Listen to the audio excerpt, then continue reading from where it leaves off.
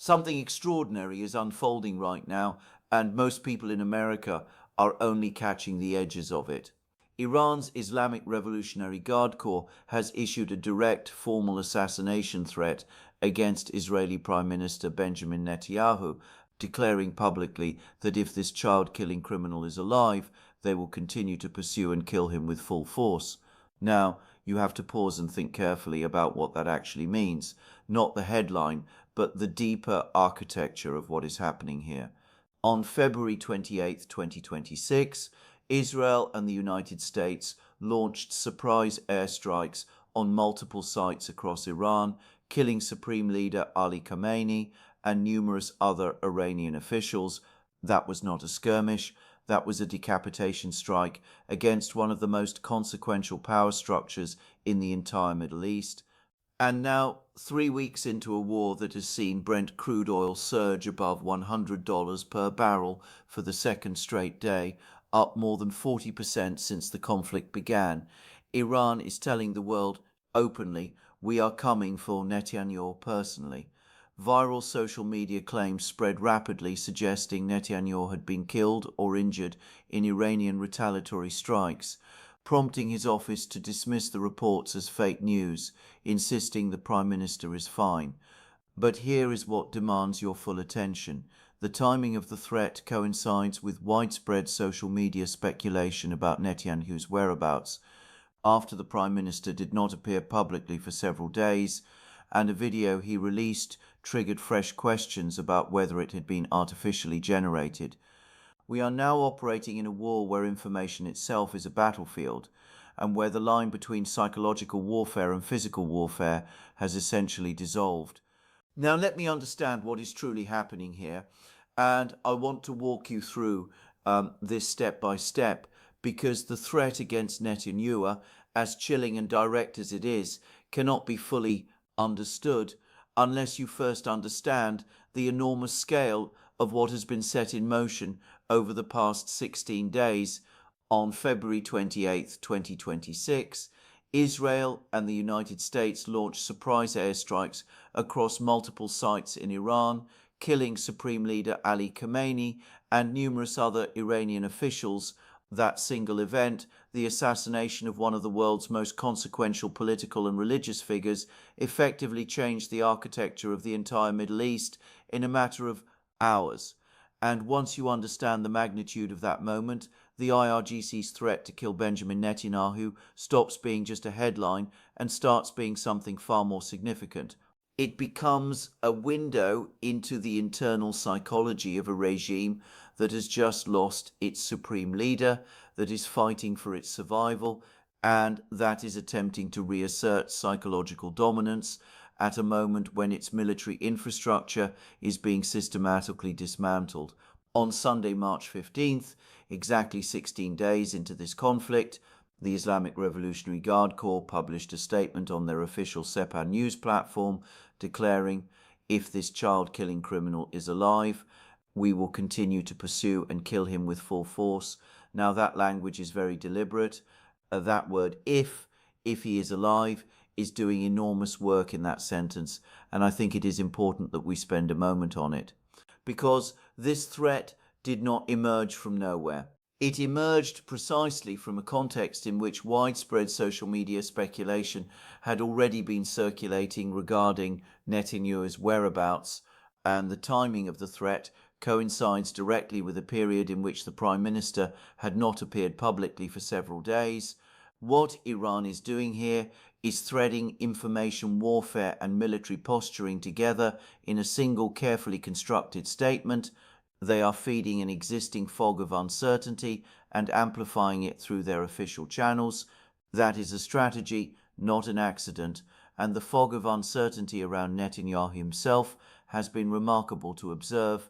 When asked to respond to viral social media claims suggesting the Israeli leader had been assassinated, his office told Anadolu agency directly, "These are fake news, the Prime Minister is fine," but the rumours did not simply dissolve after that denial. They intensified further after Netanyahu posted a video of a press conference on X, when some social media users alleged the video was AI generated claiming the footage appeared to show 6 fingers on his right hand, pointing to what they described as a typical AI finger glitch. Now, it is important to be clear here that fact-checking by X's chatbot Grok said the effect was most likely caused by shadows, hand angles, or the natural shape of the palm, and was not evidence of manipulated footage. So the claim about the AI-generated video, as compelling as it appeared to some people online, appears not to hold up under scrutiny. But here is what is genuinely interesting. It does not matter whether the claim was true or false in the end. What matters is that it spread. What matters is that tens of thousands of people across the world spent a weekend genuinely questioning whether the Prime Minister of Israel was alive.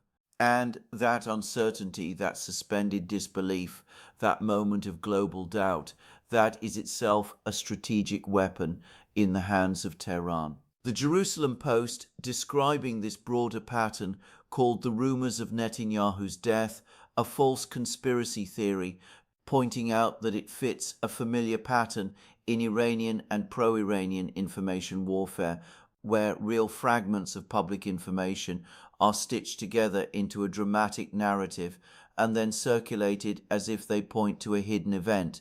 And that description is exactly right. This is sophisticated. This is not propaganda in the crude, blunt instrument sense. This is a layered operation where the Iranians take real observable facts.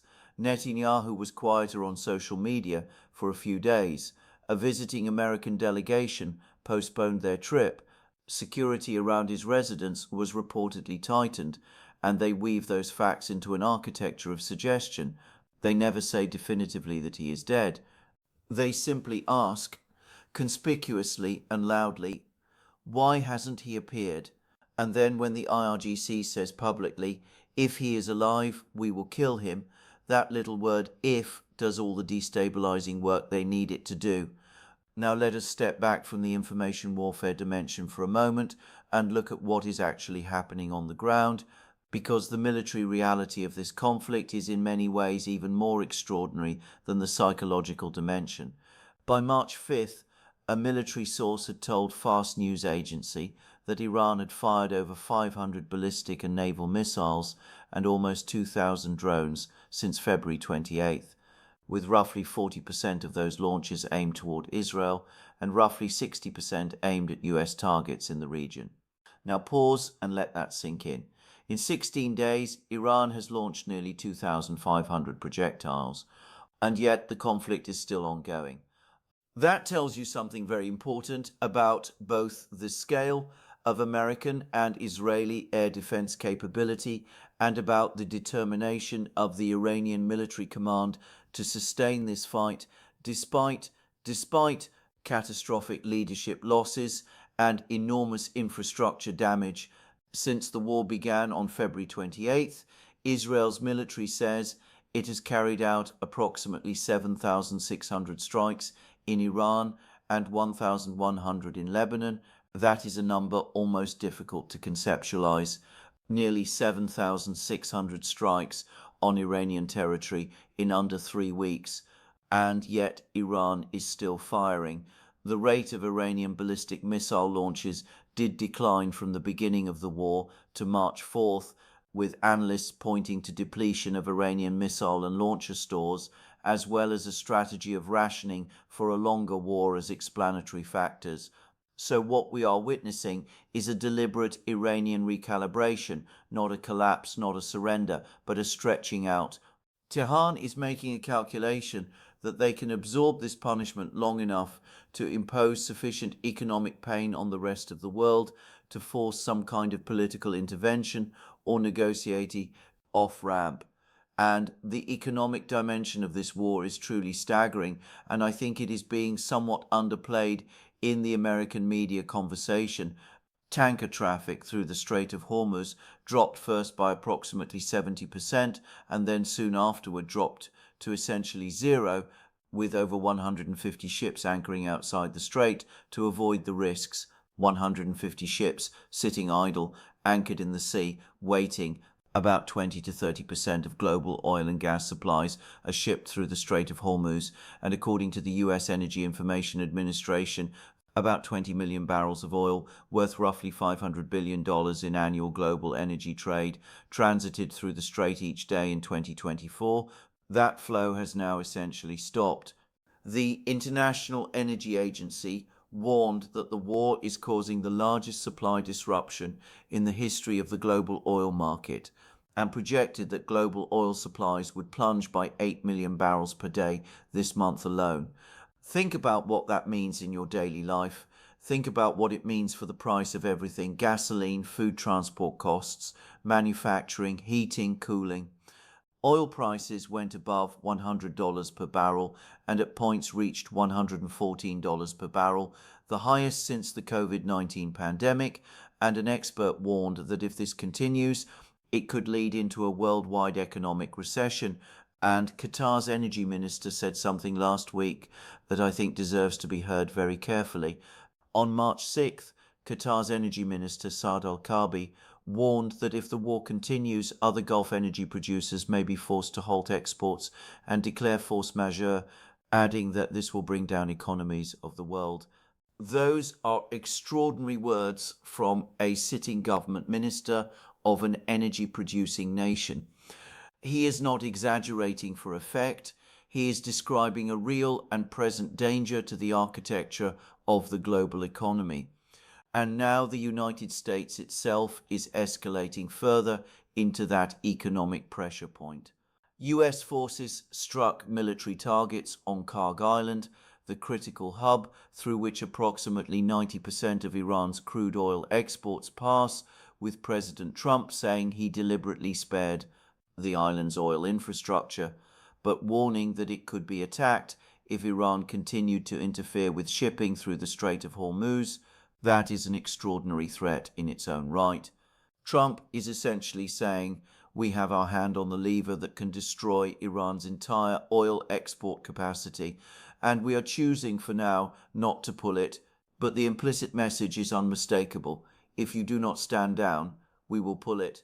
And Iran has responded by saying that any attack on its energy facilities would trigger retaliation against regional oil infrastructure and US-aligned assets across the Gulf. So you have two nuclear-armed or near-nuclear-armed parties, along with their respective allies, each threatening the other's economic lifeline. That is not a stable situation. Iran's new supreme leader, Mojtaba Khamenei, who was only appointed on March 8th after the assassination of his father, issued his first statement warning that attacks on Israel and US military assets in the Middle East will continue unless US forces in the region are completely withdrawn and their bases are closed. Now, the fact that Iran has a new supreme leader at all, a young man elevated to that position in the middle of a shooting war, tells you something deeply important about the internal situation in Tehran. After Mojtaba Khamenei was named the next supreme leader on March 8th, video emerged of chants of "death to Mojtaba" heard from the windows of apartment blocks in Tehran. The regime is under enormous internal pressure. The population is divided. In the immediate aftermath of the initial strikes, there was evidence of both celebration and mourning at the killing of Iranian leadership, with photos and videos showing people inside Iran celebrating the attacks, hopeful they would bring forth an end to the ruling government, as well as pro-government rallies where Iranians waved the Islamic Republic flag. This is a deeply fractured society being asked to fight a massive external war while simultaneously contending with the reality that a significant portion of its own citizens may not be mourning the death of their supreme leader. That internal fracture is something Netanyahu has spoken about directly. Netanyahu said publicly that Israel can create conditions for regime change, but that ultimately it is up to Iran's people to take to the streets. That statement is remarkable in its candor. He is explicitly saying that the strategic goal here goes beyond military targets. The goal is the transformation or elimination of the Islamic Republic itself. And that goal, if pursued seriously, means this conflict is not going to end quickly. You do not achieve regime change in a matter of weeks. That is a project measured in months, perhaps years, and it carries consequences that extend far beyond the current battlefield. Meanwhile, US Ambassador to the United Nations Mike Waltz confirmed on CNN's State of the Union that President Trump is actively weighing strikes on Karg Island's oil infrastructure, while Trump himself reiterated his call for other countries, specifically naming China, France, Japan, South Korea, and the United Kingdom, to send warships to help secure passage through the Strait of Hormuz. The response from America's allies has been cautious at best. South Korea's foreign ministry said only that it takes note of the president's comments and would closely coordinate and carefully review the situation. That is diplomatic language for "we are not rushing to send our navy into a war zone," and that reluctance from key American partners is itself a significant development because it speaks to the broader diplomatic isolation that this conflict is generating. So when we return to the assassination threat against Netanyahu, when we hold that IRGC statement up against everything else that is happening simultaneously, what does it actually tell us? It tells us that Iran is fighting this war on every front it can access: military, economic, informational, and now explicitly personal. It tells us that Tehran, despite the death of Khamenei, despite the systematic destruction of its military infrastructure, despite the closure of its oil exports, despite the internal division within its own society, has not decided to break. The IRGC is not issuing assassination threats from a position of strength. It is issuing them from a position of desperation and determination simultaneously, and that particular combination, desperation mixed with determination, is perhaps the most dangerous psychological state in international conflict, because a regime that has nothing left to lose and is still fighting is capable of almost anything. Iranian sources have previously claimed responsibility for missile attacks targeting Israeli leadership facilities, including reported strikes using Haybar ballistic missiles aimed at locations associated with Netanyahu's office in Tel Aviv, though Israeli authorities have not confirmed damage to those locations or the Prime Minister's presence at the targeted sites. Whether or not those strikes landed where Iran claims they did, the intent being communicated is unmistakable. As one source described it, the broader pattern of Iranian information and military operations shows consistent emphasis on retaliation narratives following high-impact events, particularly those involving senior Iranian leadership casualties. The assassination of Khamenei was the highest impact event in the history of this conflict. The threat to Netanyahu is the direct response to that. And the war continues to escalate day by day, strike by strike, threat by threat, while the world watches, and while the Strait of Hormuz sits largely closed, and while oil prices press toward levels that threaten to pull the global economy into recession. The stakes of what is happening right now in this third week of this extraordinary conflict could not possibly be higher.